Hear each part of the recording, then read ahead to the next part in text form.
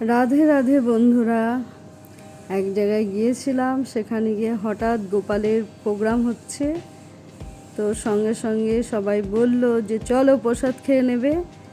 তো চলে গেলাম প্রসাদ খেতে। দেখো গোপালের ভোগ লেগেছে। আর এখানে দেখো বড় গোপালটা কত সুন্দর, এই পাশে গোপালটা কত সুন্দর। দেখো অনেক গোপাল আছে এখানে, দেখেছো? অনেক বাড়ির গোপাল আছে। এই অনুষ্ঠানটা হচ্ছে নগর কীর্তন হয় গোপালদের নিয়ে, সব বাড়িতে বাড়িতে যাওয়া হয়। আর সেই বাড়ি থেকে চাল ডাল সব কিছু দেওয়া হয়, সেই দিয়ে একদিন ভোজন করা হয়। তো এটা নাকি বৈশাখ মাসে হয়, কোনো একটা কারণে হয়নি। তো এখন হলো আষাঢ় মাসে। তো আমাদের কি ভাগ্য দেখো, আমরা হঠাৎ চলে গেছি সেখানে, আর আমরা গিয়ে গোপালের ভোগ পেয়ে গেলাম।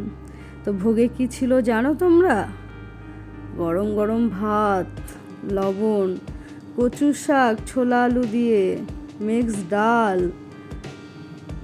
ছিল আলুর দম, কি বলবো তোমাদের। তারপরে ছিল পায়েস, চাটনি, কত কি ছিল বলো তো। দেখতে পাচ্ছ তোমরা, এই যে দেখাচ্ছি। আর গোপালের ভোগ বুঝতেই পারছো কত সুন্দর হয়, কি মজা।